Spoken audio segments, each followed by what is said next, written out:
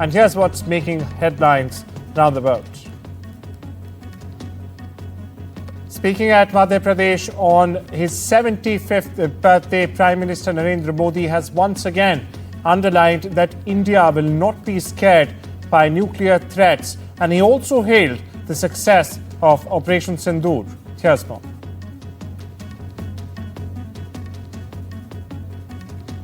दुनिया ने देखा है, फिर एक पाकिस्तानी आतंकी ने रो रो कर अपना हाल बताया है। साथियों, ये नया भारत है। ये पास VOBT पे आना किसी की परमाणु धमकियों से डरता नहीं है।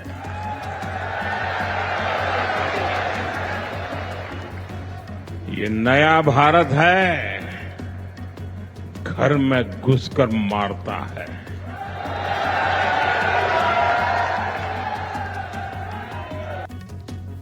आज देश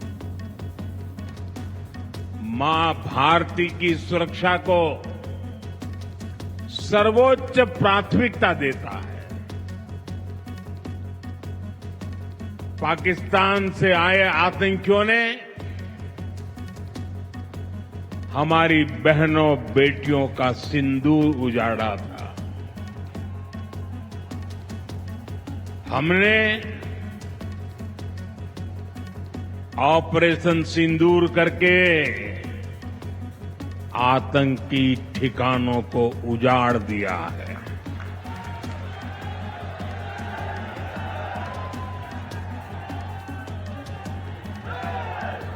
हमारे वीर जवानों ने पलक झपकते ही पाकिस्तान को घुटनों पर ला दिया। PM Modi and US President Donald Trump spoke on the phone on Tuesday night in their first call since June, with both leaders publicly referring only to birthday greetings and the Ukraine war. Neither leader mentioned trade in their public accounts of the call. The last conversation for perspective between the two leaders had taken place on the 18th of June. This is when PM Modi rejected Trump's repeated claim that Washington had mediated the end of the clashes between India and Pakistan the previous month.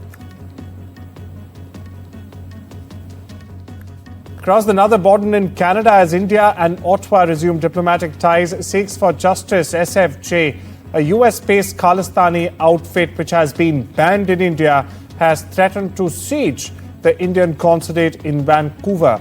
Now, the pro-Khalistani group said it will take over the Indian consulate on Thursday and asked Indo-Canadians planning a routine visit to the consulate to choose another date. They also released a poster showing the new Indian High Commissioner Dinesh Patnaik with a target on his face. Now, in a statement, the group accused Indian consulates of running a spy network and surveillance targeting Khalistani extremists. My colleague Maha Siddiqui gets you more from Ground Zero, Vancouver. Yet another provocative move by banned Khalistani outfit Seeks for Justice, who've threatened a siege of the Indian consulate in Vancouver on Thursday. The outfit has in fact also released a poster with a target mark over the picture of the new Indian High Commissioner to Ottawa, Dinesh Patnaik. This is not the first time that violent threats have been made by SFJ against Indian missions or its diplomats. Over the past 2 years, similar threats have been made, and specifically after the killing of pro-Khalistani separatist Hardeep Singh Nijjar, when similar posters with the names of Indian diplomats or their pictures came up. Meanwhile, the Indian government at that time had expressed serious concern over the security of its diplomats, and the government at that time had said that they would provide adequate security to the diplomats as per the Vienna Convention. But the relationship over the issue between the two sides soured soon, with the then Prime Minister Justin Trudeau accusing the Indian government agents' involvement in the killing of Hardeep Singh Nijjar. But more recently, the two sides have tried to reset the relationship with a meeting on the sidelines of the G7 summit in Kananaskis between Prime Minister Mark Carney and Indian Prime Minister Narendra Modi. The two sides have also reinstated their senior-most diplomats in each other's country, that is the High Commissioners, only recently a couple of weeks ago. Meanwhile, the Canadian Security Intelligence Service, that is the CSIS, has also for the first time in its annual report acknowledged the threats from pro-Khalistan separatist groups, saying that they have used the Canadian soil for raising funds and for planning violent threats against India as well. In the backdrop of all this, the recent threats that have been made by the SFJ come into focus, and also the requirement by the Canadian side to step up and perhaps make a statement as well as to how they are likely to secure the Indian High Commission as well as the Indian Consulate in Vancouver, specifically where this threat of the siege has been made. So far, the RCMP, that is the Royal Canadian Mounted Police, has made no statement. But recently, the RCMP, it was reported, had issued a warning to the successor of Hardeep Singh Nijjar, warning him rather that there were threats against him and that they have provided him with witness protection level security. This is an issue that the SFJ is linking now for the threat that they have issued for the siege of the Indian Consulate in Vancouver. In Vancouver, this is Maha Siddiqui for NDTV. Prosecutors have brought a murder charge against the man accused of assassinating Charlie Kirk and have outlined evidence. This includes a text message confession to his partner and a note left beforehand saying he had the opportunity to kill one of the nation's leading conservative voices. And I quote here, and I'm going to take it. We stay with Washington, where a defiant Kash Patel on Tuesday denied Democratic senators' accusations that the firings of top FBI agents were politically motivated and that he insisted he was staying as the Bureau's director despite reports that the White House had grown concerned with his leadership. Now, several Democrats on the committee accepted the invitation, getting into angry exchanges, at least one shouting match with the director over the course of the 4.5-hour-long hearing. We get you that fiery exchange. My God. If you want to talk about dividing this country, it is I my follow time. you on your social media posts that It is tears my this country time apart. to There address should be a your unifying. falsehoods. Oh, You are an you can try embarrassment all to the you division want in this country. to not Senator, take it is my responsibility time. for what You you had have your said. time. Sir, you're Your making a time is mockery of this over. committee. Sir, you don't tell me my time is over. You The know how people far of New we've Jersey come tell me since what my you time tell- is. Senator, You can't lecture me. you can tell me Sir, my time's over? You may be in charge of the I'm not FBI, going anywhere. but I am not afraid of you, sir. Mr. Chairman. Not afraid of you. Over in the Middle East, a UN commission on Tuesday concluded that Israel is committing genocide against Palestinians in the Gaza Strip, urging Israel to immediately cease its atrocities in the Palestinian enclave. The Israeli authorities, meanwhile, and security forces have committed 4 of the 5 acts of genocide, including killing, causing serious physical and mental harm, deliberately destroying the living conditions, and implementing measures aimed at preventing fertility. The UN Independent Internal Commission of Inquiry on the occupied Palestinian territory, including East Jerusalem, that is, and Israel, said in a report. Meanwhile, Israel rejected what it calls a distorted and false report. Here's more. But the facts are 60,000, 65,000 dead at least, of whom at least 20,000 are children. These deaths are not accidents. They are not collateral damage. They are the direct consequence of a military strategy of saturation bombing and scorched earth when it comes to the infrastructure of Gaza and the people of Gaza. We are told that the number of children that have had one or both legs and arms amputated is greater than in any other conflict this century. Certainly we know the number of children who have lost one or both parent. The trauma, the psychological trauma for children will last their whole lives. And it's time that it stopped. And it's time that those who were responsible for this were held accountable. honestly, the Israeli responses are becoming so boring. You know, they say the same thing every time. They're producing the responses by ChatGPT these days, and they spend so much money in the Foreign Ministry on propaganda, you'd think that they would actually come up with something original. I would want them to engage with the evidence, but they never engage with the evidence. They put the report into ChatGPT, and then they put out the standard response. Meanwhile, hundreds of people carried their belongings on the crowded roads in Wadi Gaza on Wednesday. Some on foot, some pedaling bicycles, and others with vehicles filled to their capacity or filled to the brims. As it's called, the war has killed more than 64,000 people in the enclave so far. Over in Washington, US President Donald Trump has extended for the fourth time the deadline for when TikTok, Chinese ByteDance-owned TikTok, must be separated from its owner. Now, ByteDance or face a ban in the United States. The extension to mid-December could very well be Mr. Trump's last ticket for the video app.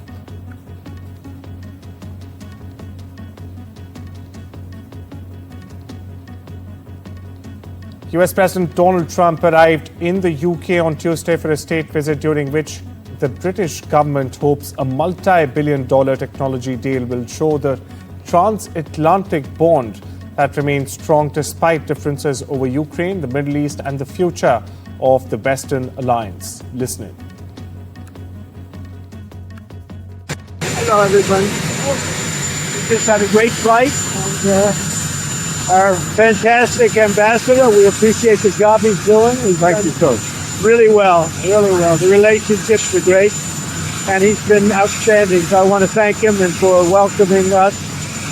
We had a good flight. A lot of people came with us. And tomorrow is going to be a very big day, Mr. Ambassador.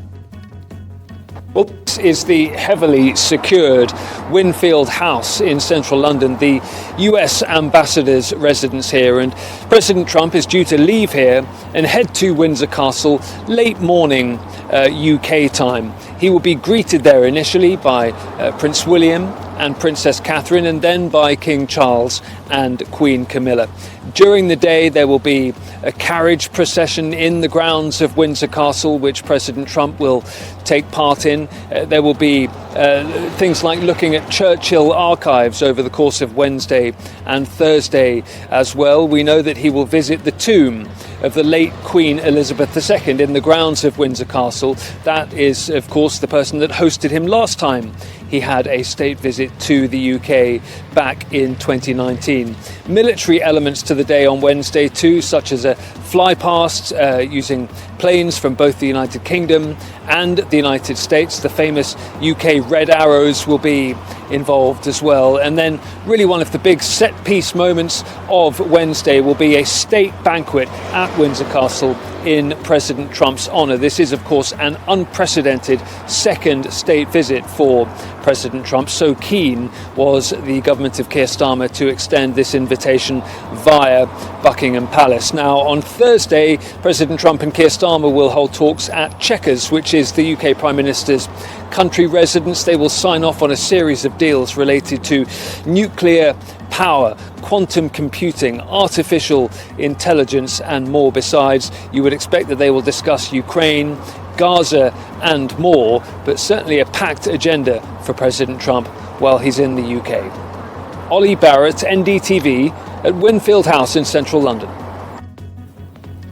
Over in Africa, Andrew Holness was inaugurated Tuesday for the third term, in fact, as Jamaica's Prime Minister, following a tight race on an island shaken by corruption, inequality, and, of course, economic concerns. The ceremony took place at the King's House Government Office in the capital, Kingston, in the presence of heads of state and governments of the Caribbean.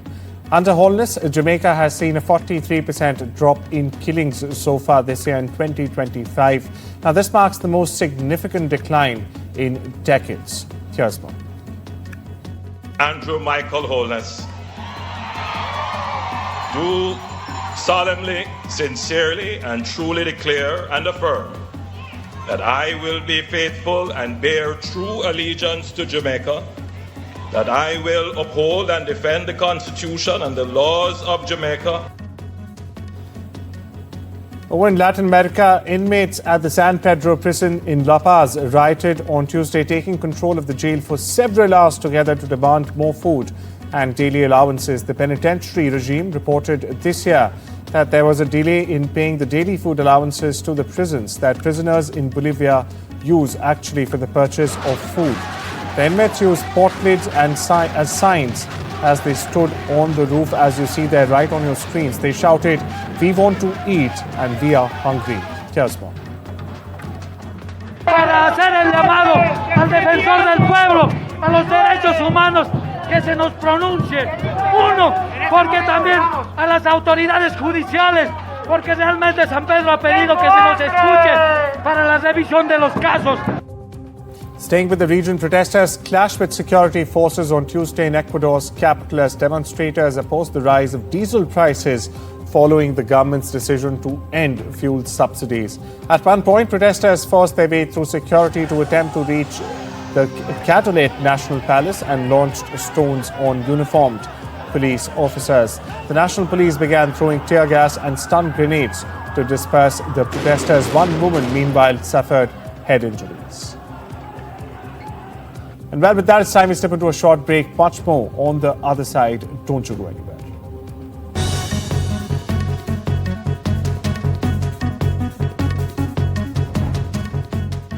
On to updates from the world of business now, where Britain and the United States have agreed a technology pact to boost ties in artificial intelligence, quantum computing, and civil nuclear energy.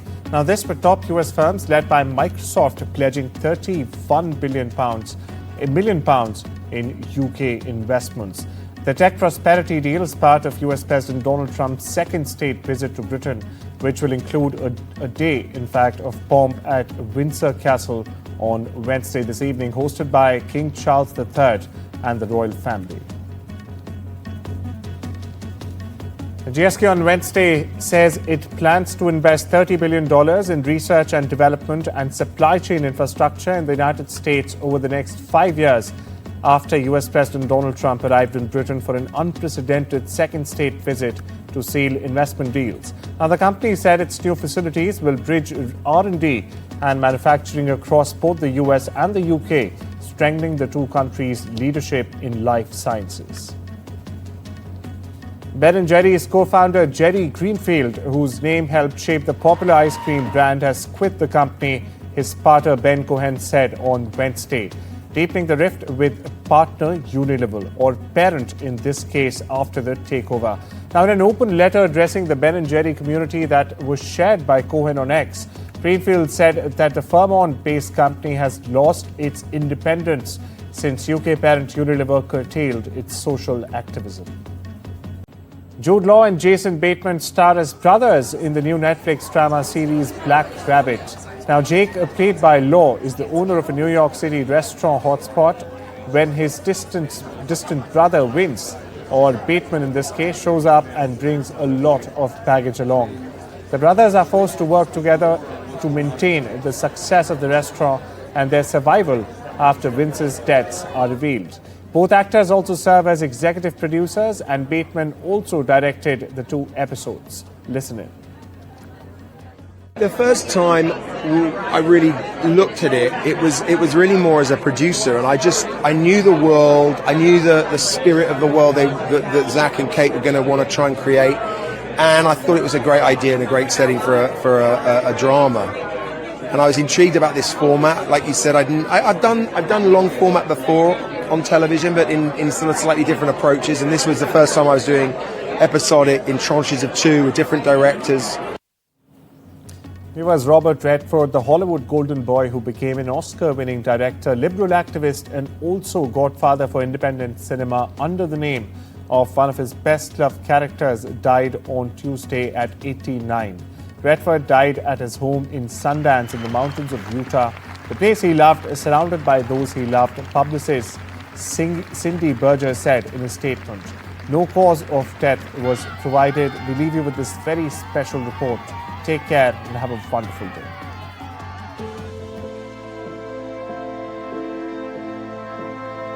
Robert Redford, Hollywood icon, director, and champion of independent film, has died at the age of 89. I can only say that I'm proud of the fact that I think we have, whatever contribution we've made has increased the legitimacy for independent film. Redford passed away at his home in Sundance, Utah, surrounded by loved ones. His publicist confirmed his death but did not share the cause. With his blue-eyed charm and rugged good looks, Redford became one of the most bankable stars of his time. He shot to overnight fame in Butch Cassidy and the Sundance Kid alongside Paul Newman, a partnership that defined a generation. The duo reignited in The Sting, cementing Redford's place as one of cinema's most beloved leading men. He dazzled audiences in classics like The Way We Were, All the President's Men, and Out of Africa.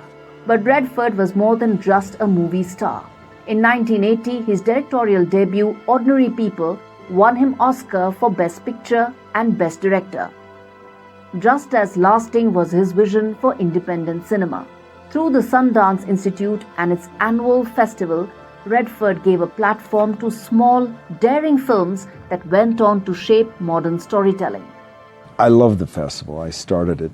How can I not love it? I love the fact that it's successful and that it's giving the filmmakers what they need and what they want. Fiercely private, he made his home in the Utah Mountains, where he once said, "Some people have analysis, I have Utah." An actor, director, producer, and activist, Robert Redford leaves behind not just films, but a legacy of artistry, integrity, and independence. With Rhythm Arcadia, NDTV World.